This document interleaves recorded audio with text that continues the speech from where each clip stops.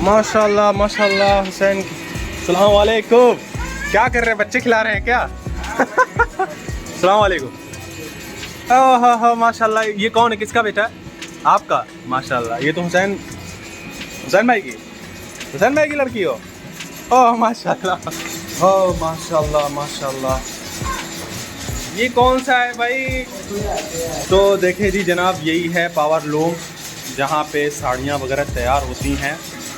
और स्पेशली आप ये कह लें कि जो कढ़ाई वगैरह देख रहे हैं आप, ये सारी कढ़ाई वगैरह, ये सब कुछ शायद इसके दिमाग से होता है। ये कह लें कि ये लूम का दिमाग है। लूम का दिमाग है। इसको जकार्ड बोलते हैं। ये कार्ड है। ये कार्ड है। इस कार्ड से ही इसको डायरेक्टली मिलती है कि हमको क्या करना है, कौन सा इसमें ऊपर करना है, कौन सा। तो ये जो कार्ड देख रहे हैं आप, इस कार्ड में सुराख जो दिख रहे हैं ना, ये कुछ डिज़ाइन है। जैसे अगर मेमोरी कार्ड जैसे हम कहते हैं, मेमोरी कार्ड में जो हम ग्राफिक डाल देते हैं या कोई चीज़ डाल देते हैं तो उस हिसाब से वो डिज़ाइन करता है। तो ये जो कार्ड है ये यहाँ जाता है और उसमें कुछ पिन वगैरह लगे हुए हैं। वो पिन को प्रेस करता है तो उसके बाद से ये धागे जो देख रहे हैं आप, ये जो सारे तमाम धागे छोटे छोटे महीन महीन से बारीक से दिख रहे हैं, ये सारा कुछ उठता है ऊपर की तरफ, अपने प्रेस करता है। उसके बाद से ये धागे देख रहे हैं यहाँ पर ये बने हुए हैं, तो ये उठते हैं साथ में। जब ये उठते हैं तो उसके साथ साथ ये उसके साथ साथ तमाम डिज़ाइनें आप देख रहे हैं यहाँ पर। ये तो एक छोटा सा मेरे ख्याल से एक नॉर्मल साड़ी जैसे होती है वो डिज़ाइन कर रहा है ना? हाँ, ये नॉर्मली साड़ी है। इसको चार कड़ियाँ लोग बोलते हैं। हाँ, ये आम तरीके से बनारस का डुप्लीकेट है। हाँ हाँ। जो बनारसी साड़ियाँ बनती है उसकी डुप्लीकेट ये साड़ी तैयार होकर मार्केट में जाती है। अच्छा। ये बनारसी के नाम पे ही बेचा जाता है। अच्छा माशाल्लाह। इसको चलाते हैं हम इस तरीके से। हाँ, हम दिखा रहे हैं आपको। अच्छा इसको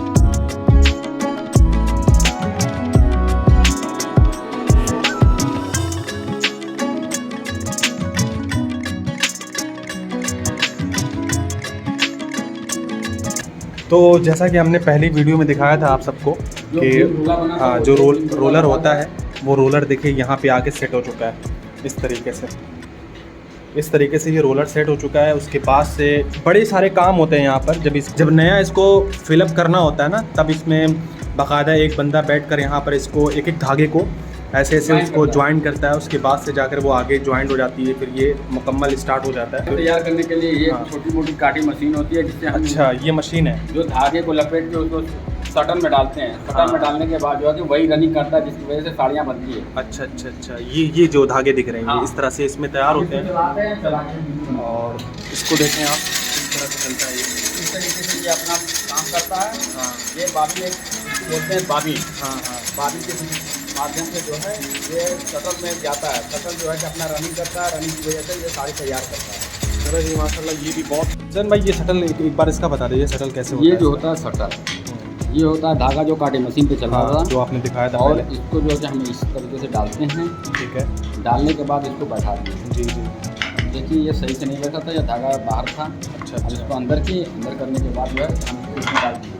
अब डालने के बाद हम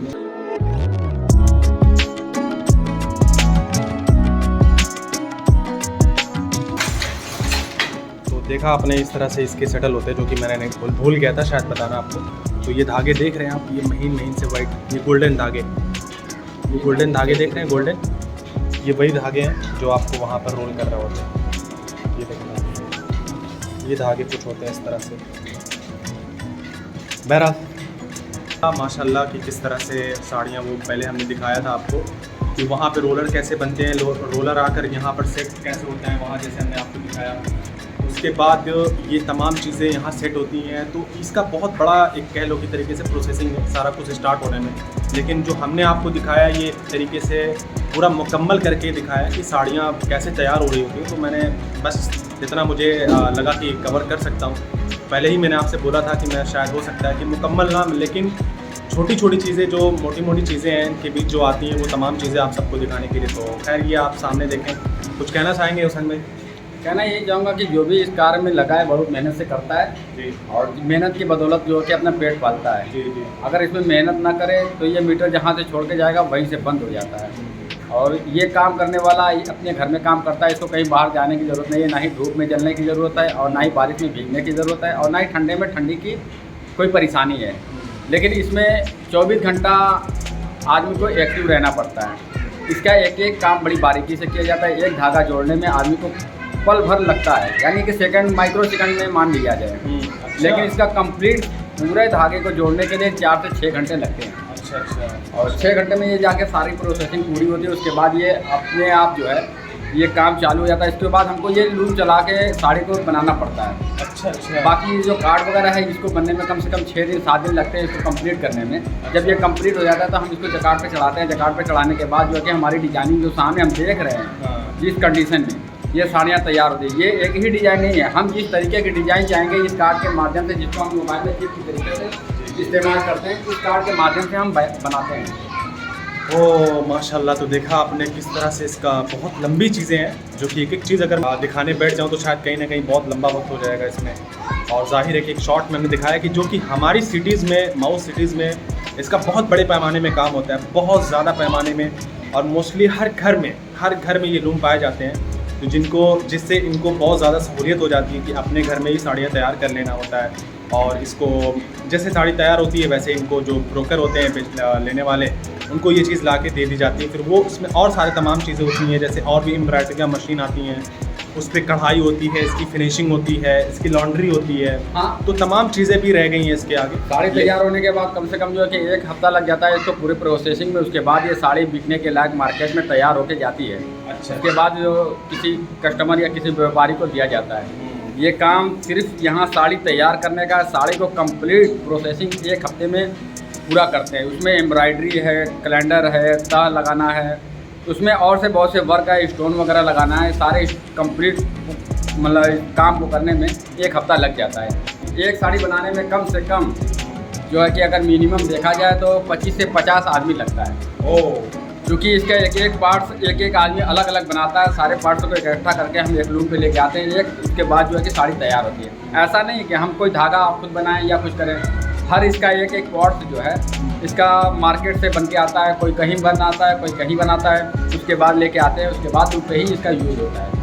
ये आखिरी प्रोसेसिंग है, इसके बाद इसकी फिनिशिंग का काम होता है। गाइस, जैसा कि आप सब ने देख लिया, बेहतर तरीके से तो हुसैन भाई बता सकते हैं क्योंकि वो इन कामों में लगे हुए हैं काफ़ी अर्सों से। क्या बचपन से ये सारी तमाम चीज़ें देखते आ रहे हैं, अपने दादा परदादा जो भी शायद ऐसे ही लोग करते आ रहे होंगे, तो उनको बेहतर पता है इन सारी तमाम चीज़ों का। लेकिन अगर आप इसका स्ट्रक्चर देखेंगे सामने से ना, तो ऐसा फील होगा यार कि ये जो हमने दिखाया है स्टार्टिंग में, वो आप देख पा रहे हो। ये जो चीज़ है ना, ये इसका ब्रेन है जो सारा कुछ कैप्चर करके वो सारा अपना इंतज़ाम देता है। तो ये साड़ी नीचे बन रही होती है, उस पर कढ़ाई हो रही होती है। तो खैर गाइस, आज की वीडियो में यही था और इंशाल्लाह घर चलते हैं, घर पे देखते हैं कि क्या कुछ माहौल है। तो इंशाल्लाह वहाँ पर बातें होंगी।